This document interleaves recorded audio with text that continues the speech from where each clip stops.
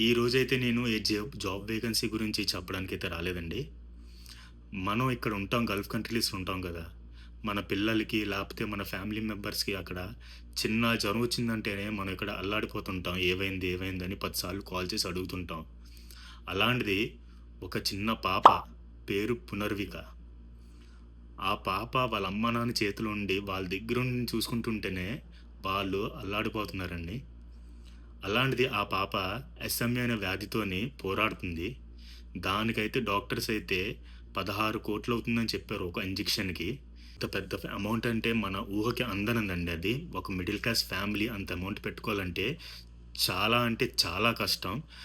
అందుకే మనం అందరం నిలబడి ఆ పాపని కాపాడుకుందాం. అలాగే మన గవర్నమెంట్ గూడా ముందుకొస్తే చాలా బావుంటుందని నేను అనుకుంటున్నాను.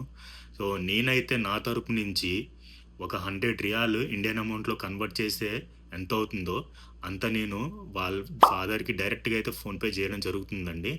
నేను వాళ్ళ ఫాదర్ అకౌంట్ డీటెయిల్స్ అలాగే ఫోన్‌పే నంబర్ కూడా ఇవ్వడం జరుగుతుంది. మీరు గూడా మీతో ఎంతైతే అంత మీరు హెల్ప్ చేయడానికి చూడండి. ఈ వీడియోనైతే ఎంత ఎక్కువైతే అంత ఎక్కువ షేర్ చేయండి. ఆ పాపని కాపాడుకుందాం. సో, నేనైతే గల్ఫ్ కంట్రీస్‌లో వర్క్ చేసే వాళ్ళందరితో నేనైతే రిక్వెస్ట్ చేస్తున్నాను. మనతో ఎంతైతే అంత హెల్ప్ చేయండి. చేసి ఆ పాపని కాపాడుకోండి.